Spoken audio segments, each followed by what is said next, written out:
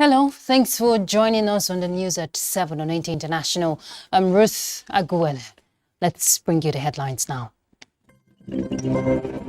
President Buhari extends Nigeria's invitation to foreign investors, describing the country as best destination for return on investment. Nigerian Air Force rescues 7 Chinese expatriates from terrorists.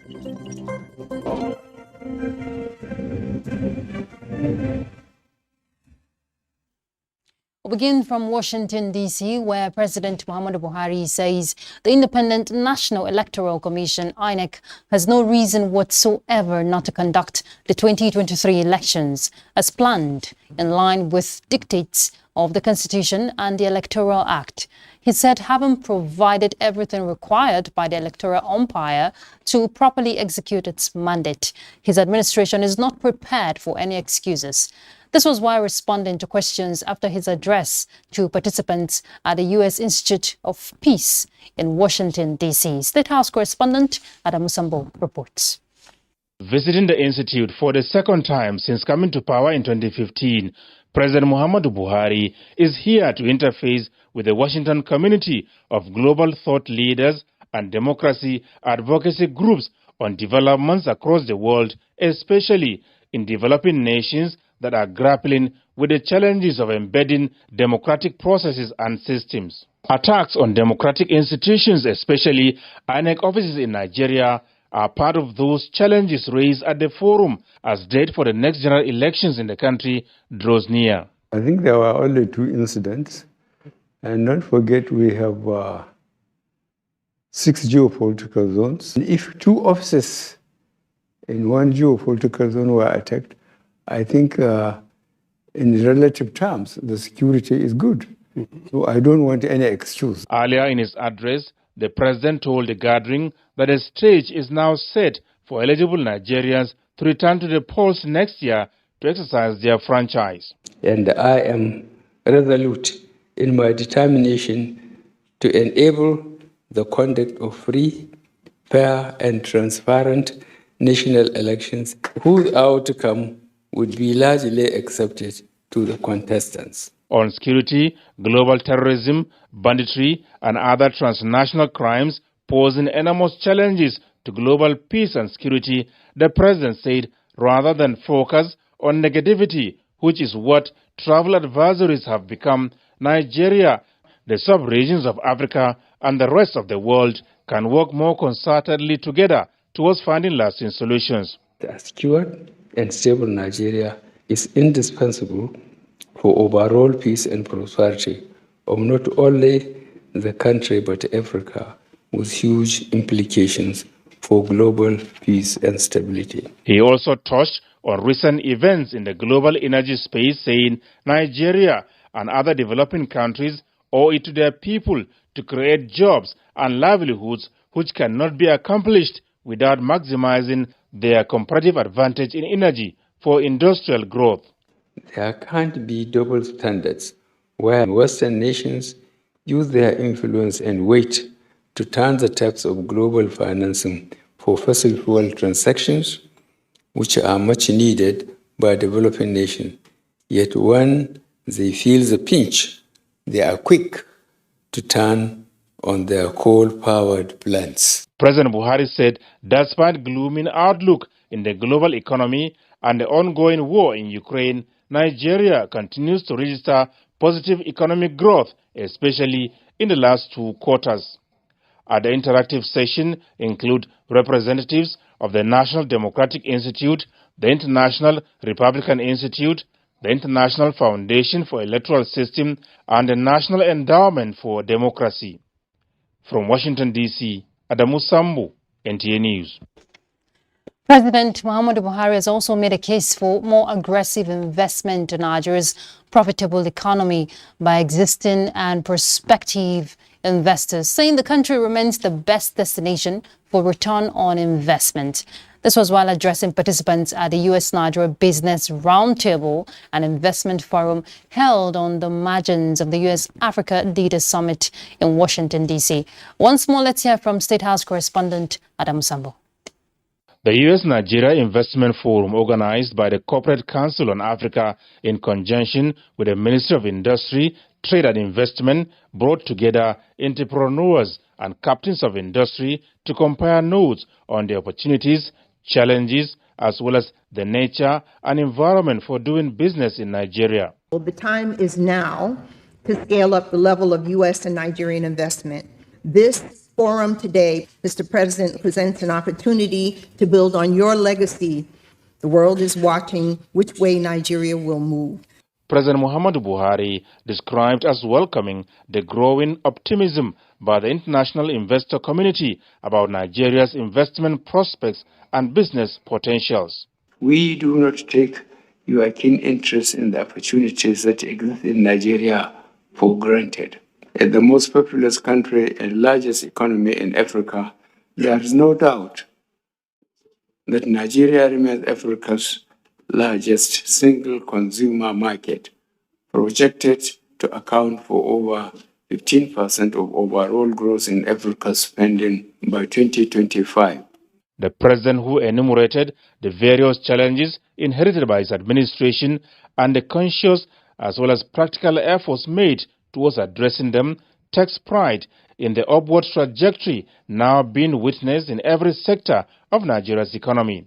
He said apart from enhanced provision of critical infrastructure, the economy is now more diversified and strengthened while tackling head-on the challenges of security. It is our strong belief that these determined efforts will rekindle interest to invest as well as enhance the volume of your investments in the Nigerian economy. Nigeria continues to treasure strong partnership with friends and allies in our national, continental, and global efforts for safety and survival.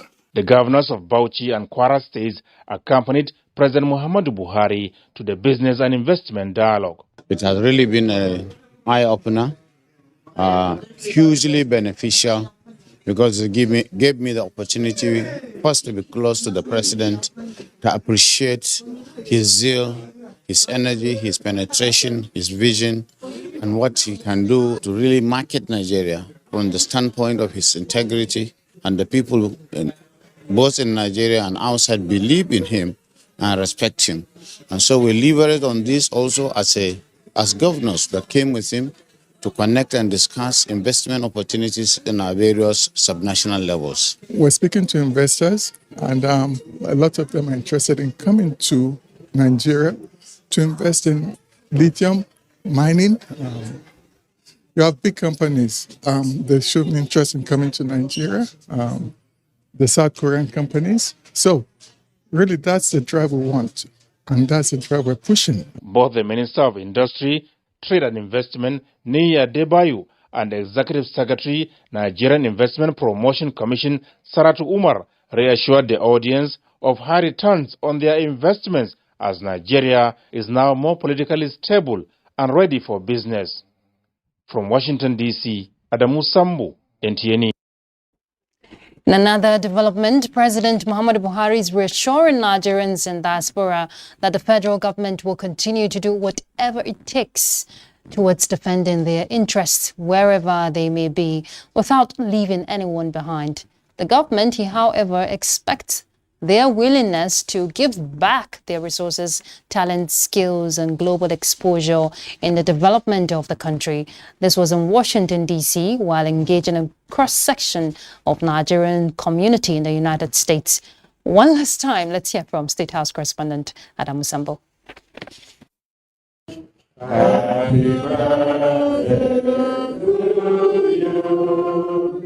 The well-attended town hall meeting coincides with President Muhammadu Buhari's 80th birthday, and the nation's diaspora community in the United States could not help celebrating him.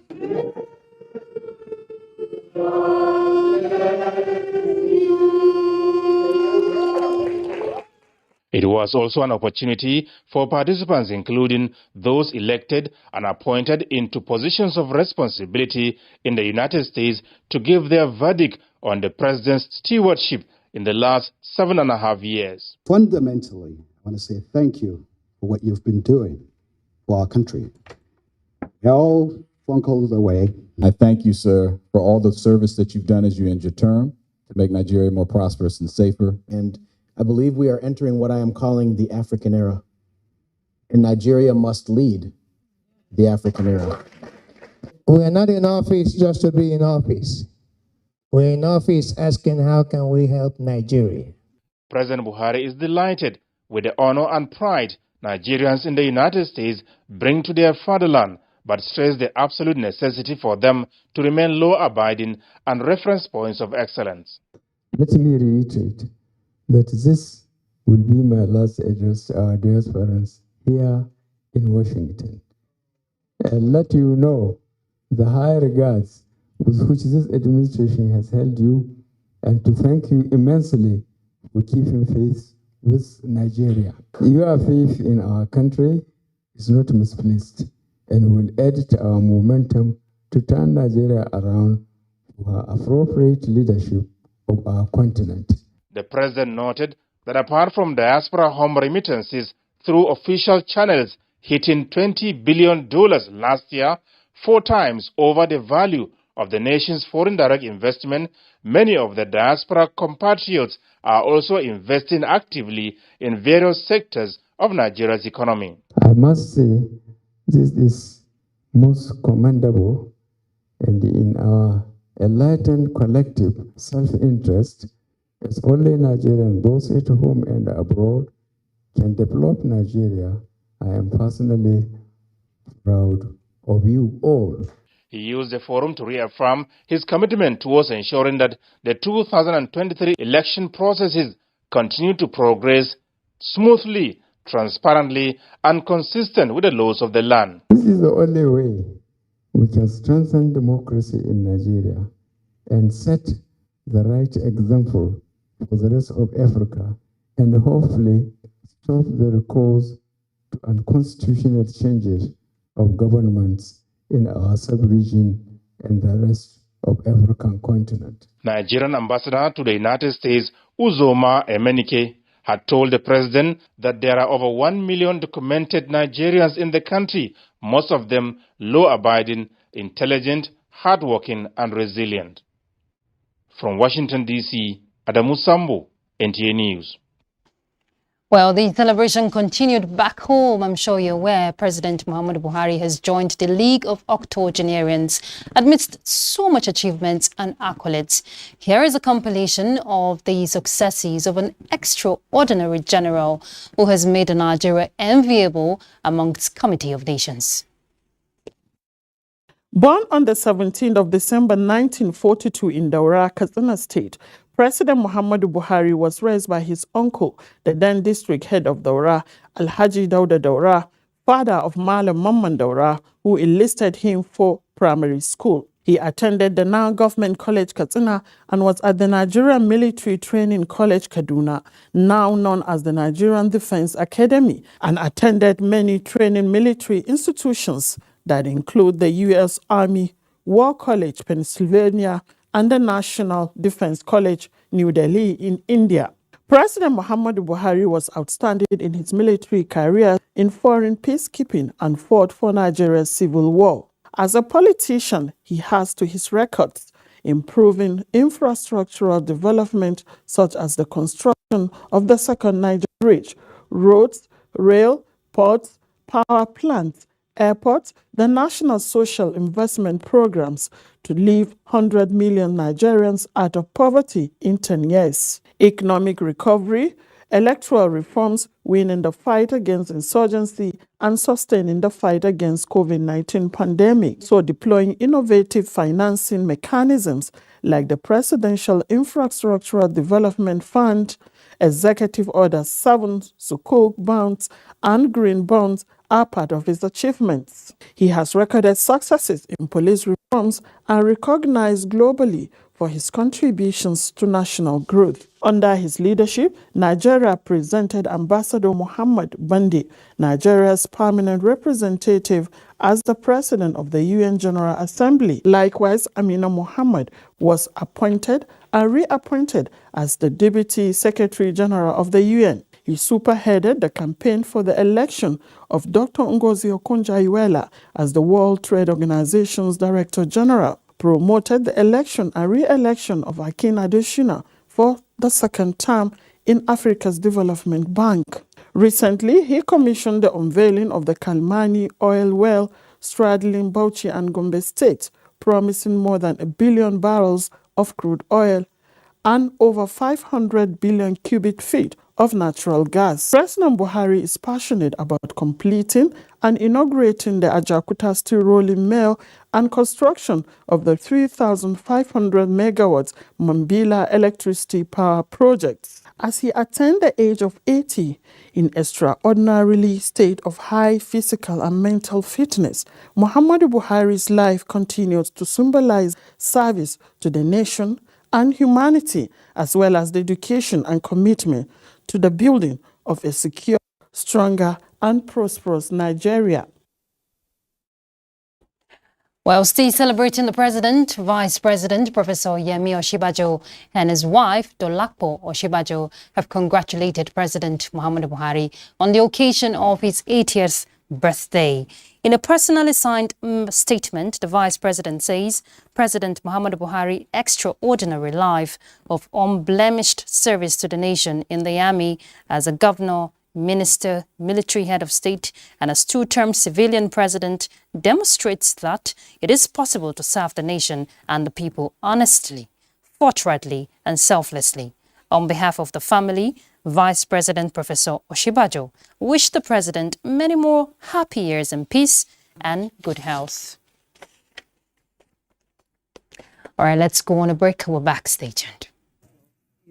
Third final in 20 years.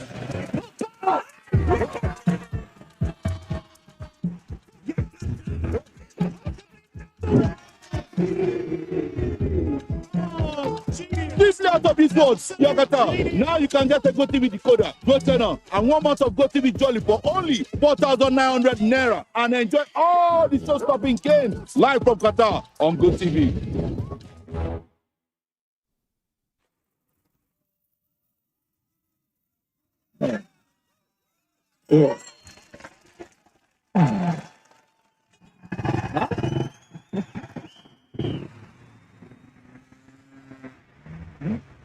Latest entrant, latest technology. Welcome to Intel 4G LTE Advanced and experience super fast internet access today. Visit intel.com.ng or any of our stores in Lagos, Abuja, and Port Harcourt to get started.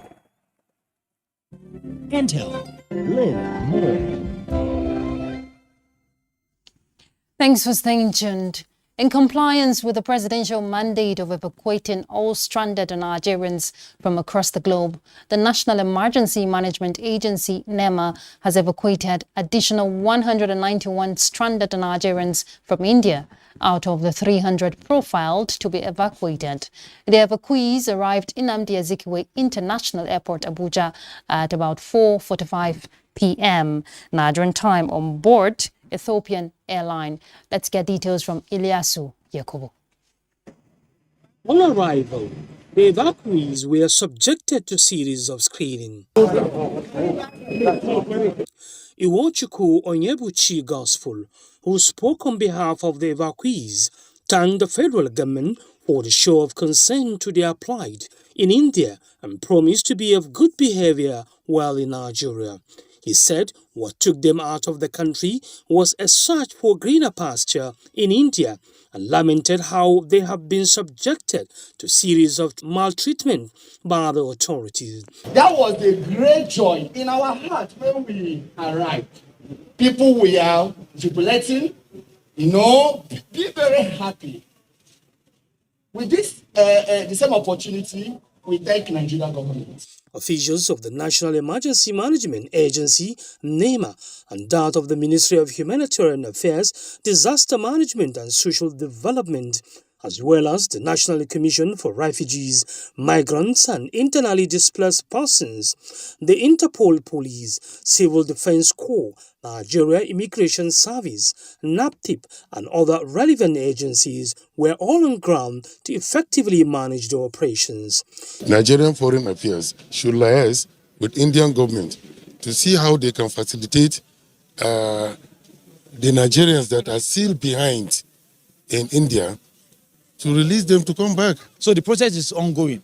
So we'll keep finding out how many we have stranded, and then we'll be bringing them back as we go. We have provision for that to ensure that all those that need empowerment, skills, and trainings, we ensure that we try that. Each evacuee was given a token of $100 by the National Emergency Management Agency, NEMA, for transportation to their various destinations. In Abuja, Ilyasu Yakubu, NTA News. Iran on Monday executed a second prisoner detained and convicted amid nationwide protests. And in the UK, 100,000 nurses staged an unprecedented one-day strike demanding better wages and working conditions. Here is Charles Alpha with The World in 6 days.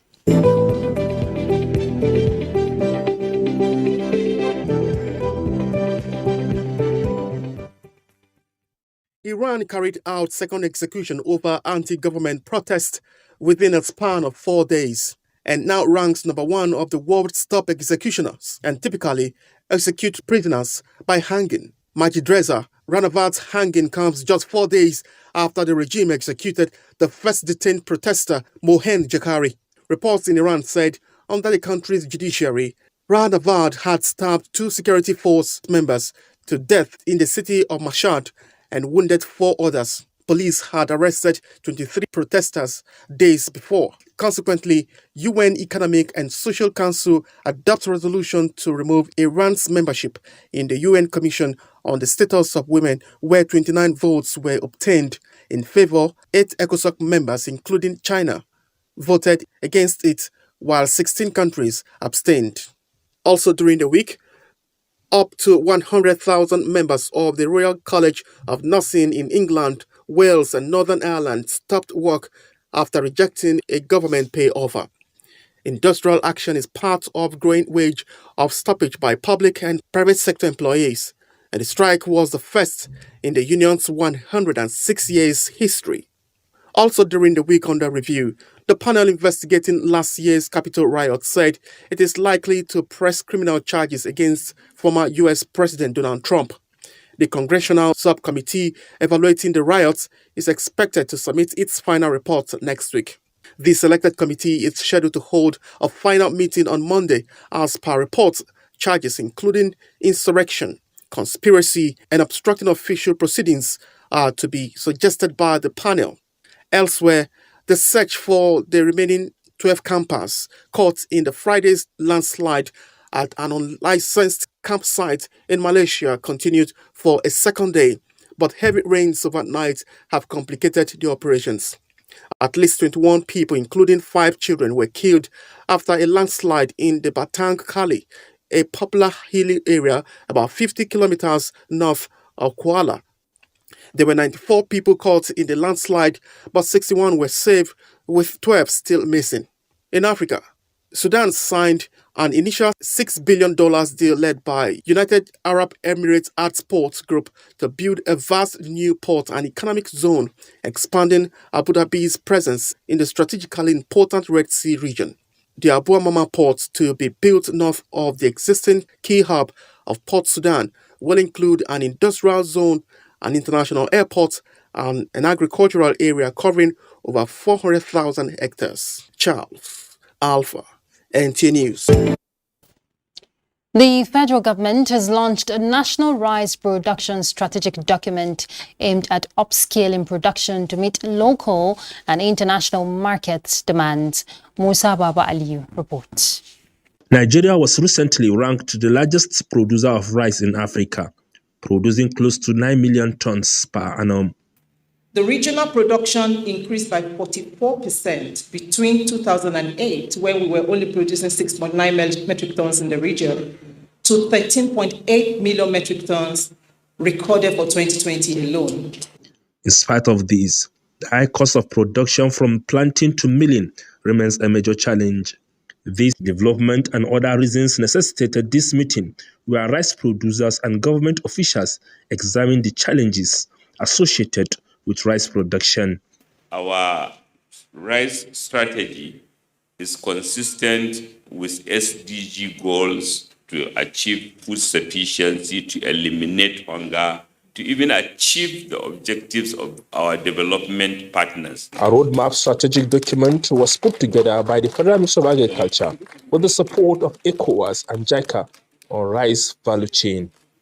The National Rice Development Strategy 2 document is a 10-year plan which seeks to provide direction for the development of the rice sector to achieve government's goals of self-sufficiency in rice production.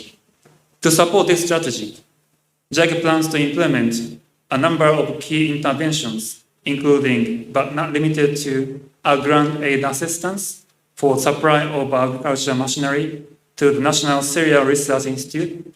Key players in the subsector kicked against importation of rice, but urged the federal government to provide enabling environment for the production and milling of rice. Musa Baba Aliyu, NTA News.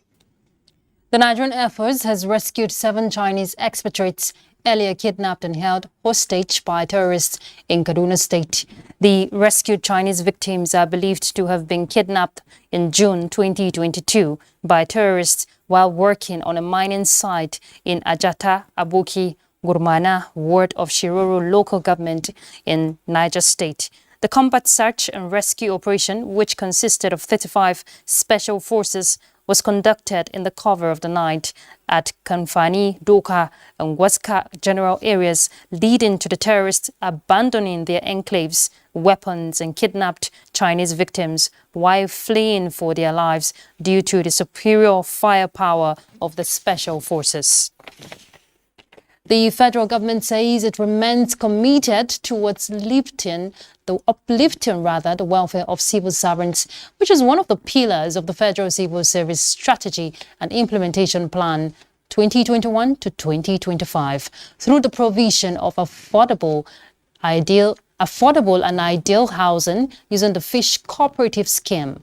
Haman Jabani reports that this was made known at a sensitization for fish desk officers in ministries, extra-ministerial departments and agencies, as well as civil servants registered on the fish program, with the theme, implementation of the Federal Integrated Staff Housing Program. The FISH program was designed to provide affordable housing for federal civil servants through an integrated strategy involving group land allocation, interministerial collaboration, provision of infrastructure, site services, and ultimately the establishment of Fish Cooperative Society as a special purpose vehicle for the operation of the FISH program. To sustain the achievement recorded, a committee to explore alternative sources of funding for the FISH program was constituted. Apart from loans from Federal Government Self-Housing Loan Board at 3% interest rate and activate the Fish Cooperative Society in line with global best practices for mass social housing development. The Office of the Head of the Civil Service of the Federation through the Fish Department had made concerted efforts towards actualizing its mandate of affordable housing delivery to civil servants through the program, which resulted in the commissioning of 4 housing estates since its inception in 2015 and delivering of housing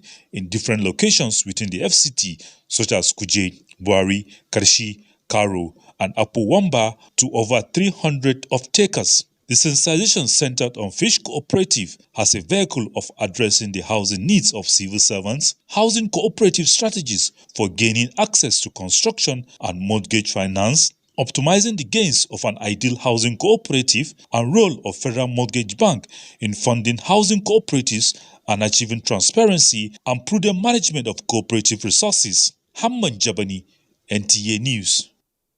That's the news. Thanks for your time. I'm Ruth Aguele. Bye.